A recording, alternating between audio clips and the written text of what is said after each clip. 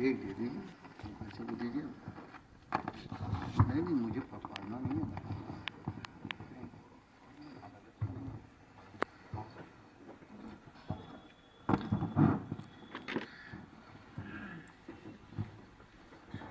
آپ ادھر آ جائیے. أعوذ بالله من الشيطان الرجيم.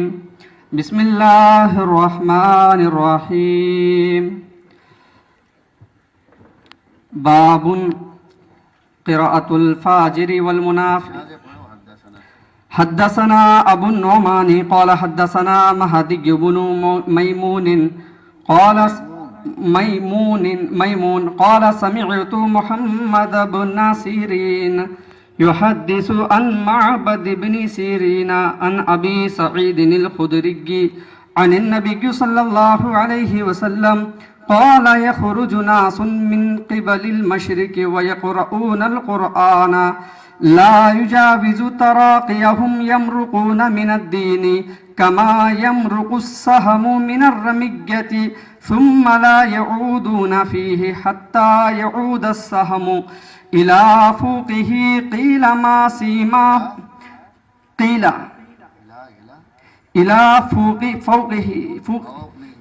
إلى فوقه قيل ما سيماهم قال سيماهم التهليق أو قال التسبيد.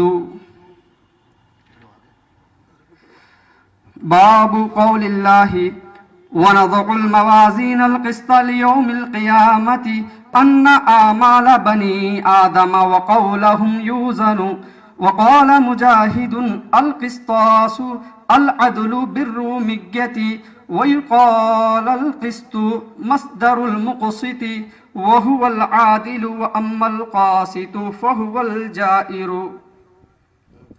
حدثنا أحمد بن أشكاب قال حدثنا محمد بن فضيل عن أمارة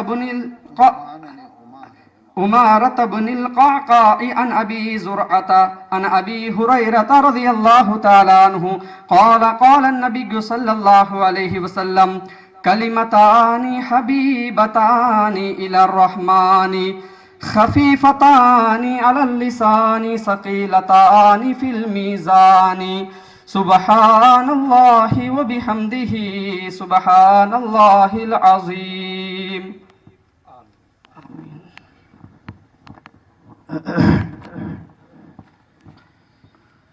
حدیث پڑھنے پڑھانے کے دو طریقے ہیں، قراءت اور سماعت. استاد سنتا ہے اور شاگرد پڑھتا ہے، اور ایک یہ ہے کہ استاد پڑھتا ہے اور شاگرد سنتا ہے. تو انہوں نے پڑھا اور میں نے سنا، اب میں پڑھتا ہوں، آپ حضرات سنیں. سبحان اللہ.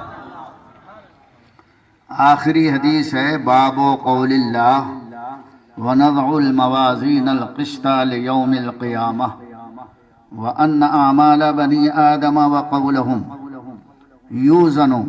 وقال مجاهد القسطاس العدل بالرومية ويقال القسط مصدر المقسط وهو العادل وأما القاسط فهو الجائر. حدثنا أحمد بن أشكاب قال حدثنا محمد بن فضيل عن أمارة بن القعقاع عن أبي زرعة عن أبي هريرة رضي الله تعالى عنه قال قال النبي صلى الله تعالى عليه وسلم كلمتان حبيبتان إلى الرحمن خفيفتان على اللسان ثقيلتان في الميزان سبحان الله وبحمده سبحان الله العظيم. صدق رسول النبي الكريم صلى الله عليه وسلم.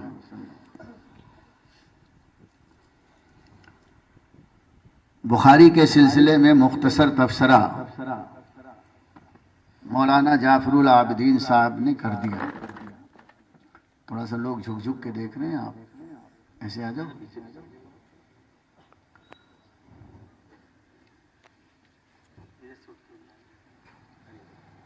امام بخاری رضی اللہ تعالی عنہ ایک شہر ہے بخارا، اسی شہر کے رہنے والے اس لیے ان کو بخاری کہتے ہیں، اور ان کے نام سے یہ کتاب صحیح البخاری منسوب ہو گئی۔ امام بخاری رضی اللہ تعالی عنہ کا پوری ملت پر احسان ہے کہ انہوں نے لاکھوں حدیثوں میں سے چھانٹ چھانٹ کر پوری ایمانداری اور دیانتداری کے ساتھ محبت رسول میں ڈوب کر کے ایک ایک حدیث کو، جو صحیح ترین حدیث ان کی دانشت میں تھی، اسے اکٹھا جمع کیا۔ حدیث کہتے ہیں گفتگو کرنے کو، آپ جو آپس میں بات کرتے ہیں اس کو عربی زبان میں حدیث کہتے ہیں۔ اسلامی زبان میں حدیث عام طور پر حضور اکرم صلی اللہ تعالی علیہ وسلم کے قول، فعل اور تقریر کو حدیث کہتے ہیں۔ قول وہ جو حضور کی زبان سے صادر ہوا، حضور نے فرمایا یہ کرو، یہ مت کرو، ایسا کرو، ویسا کرو، یہ حدیث حدیث قولی کہلاتی ہے، جس کو حضور نے اپنی زبان سے فرمایا۔ اس حدیث جب صحابہ کرام بیان کرتے ہیں تو اس کے دو طریقے ہیں۔ یوں کہتے ہیں کہ قال النبی صلی اللہ تعالی علیہ وسلم، یا یوں کہتے ہیں کہ سمعت النبی صلی اللہ علیہ وسلم، حضور اکرم صلی اللہ علیہ وسلم نے یوں فرمایا، یا میں نے حضور اکرم صلی اللہ تعالی علیہ وسلم سے سنا۔ تو جس حدیث میں قالا ہو، یقولو ہو، سمعتو ہو، ان تمام حدیثوں کو حدیث قولی کہتے ہیں۔ مطلب یہ ہے کہ حضور اکرم صلی اللہ علیہ وسلم نے اس بات کو خود اپنی زبان سے ارشاد فرمایا۔ دوسری حدیث ہے حدیث فعلی۔ فعل کہتے ہیں کام کرنے کو۔ حضور اکرم صلی اللہ تعالی علیہ وسلم نے زبان سے کچھ نہیں فرمایا، لیکن اس کام کو کیا اور صحابہ کرام نے اسے دیکھا۔ پھر صحابہ کرام نے حضور کی اس ادا کو اور اس کام کو اپنے لفظوں میں بیان کر دیا۔ اس کو کہتے ہیں حدیث فعلی۔ مثلا حضور صلی اللہ تعالی علیہ وسلم حضور کو لیٹے ہوئے بستر ناس پر دیکھا تو صحابہ کرام نے اس ادائے رسول کو بیان کیا، فنام النبی صلی اللہ علیہ وسلم، حضور اکرم صلی اللہ تعالی علیہ وسلم نے یوں آرام فرمایا۔ کسی کی طرف نگاہ کرم اٹھا کر دیکھا تو صحابہ کرام نے اس ادائے رسول کو بیان کرتے ہوئے کہا، فنظر النبی صلی اللہ علیہ وسلم، حضور نے فلاں صحابی کو دیکھا۔ حضور اکرم صلی اللہ علیہ وسلم نے خوش ہو کر تبسم فرمایا۔ صحابہ کرام نے بیان کیا، فتبسم النبی صلی اللہ علیہ وسلم، حضور مسکرانے کی حد سے آگے بڑھ کر تھوڑا ہنسے تو اس ادائے رسول کو بھی صحابہ کرام نے بیان کر دیا، فضحک النبی صلی اللہ علیہ وسلم۔ حضور زمین پر چل رہے ہیں، صحابہ حضور کے قدم ناز کو اٹھانے اور زمین پر رکھنے کو دیکھ رہے ہیں۔ کیا محبت تھی، کس طرح قدم پاک اٹھ رہا ہے اور کس طرح زمین پر رکھے جا رہے ہیں، اس انداز کو بھی بیان کرتے ہیں، فمشى النبی صلی اللہ علیہ وسلم۔ ایک ایک بات میں کیا بتاؤں، ایسی تمام حدیثیں جس میں حضور اکرم صلی اللہ علیہ وسلم کے کسی ادا اور کام کا ذکر ہو، ایسی تمام حدیثوں کو حدیث فعلی کہتے ہیں۔ تیسری حدیث ہے حدیث تقریری۔ تقریر کے معنی ثابت رکھنا، برقرار رکھنا۔ وہ تقریر نہیں ہے جو آج کل ہم لوگ کرتے ہیں، بلکہ تقریر کا مطلب یہ ہے کہ ثابت رکھا جائے۔ اس حدیث کو کہتے ہیں کہ کسی صحابی نے حضور اکرم صلی اللہ علیہ وسلم کے سامنے کوئی کام کیا اور حضور نے اسے دیکھا، اور دیکھنے کے بعد حضور نے منع نہیں کیا، اس کام کو منع نہیں کیا، ثابت رکھا۔ اس کا مطلب یہ ہے کہ وہ کام کرنا اسلام میں جائز ہے۔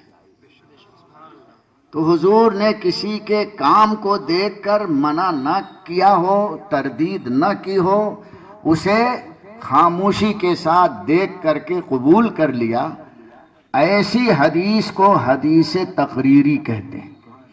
اس حدیث میں بھی بڑی قوت ہے۔ یہ 3 قسم کی حدیثیں ہیں جس سے اسلام کے سارے قانون اخذ کیے گئے ہیں۔ فقہ کی تمام کتابیں ان تینوں حدیثوں کے ذریعے اس کے احکام حدیث کے درجے کے مطابق ثابت ہوتے ہیں۔ کسی حدیث سے فرض ثابت ہوتا ہے، کسی حدیث سے واجب ثابت ہوتا ہے، کسی حدیث سے سنت مؤکدہ ثابت ہوتی ہے، کسی حدیث سے مستحبہ ثابت ہوتی ہے، کسی سے مباح ثابت ہوتا ہے۔ ابھی یہ درسگاہی زندگی نہیں ہے، میں عوام کے لیے، ان علماء کے لیے نہیں درس بخاری کرواتا ہوں، بلکہ عوام بھی سمجھیں کہ حدیث کسے کہتے ہیں۔ یہ علماء تو سیکھے سکھائے ہیں، اور ہم اس لائق نہیں ہیں کہ ان علماء کے لیے درس کریں۔ ہم عوام کو سمجھنے سمجھانے کے لیے یہ درس پیش کر رہے ہیں۔ تو حدیث کی کتنی قسمیں ہوئیں؟ کون کون سی؟ حدیث قولی، فعلی، تقریری۔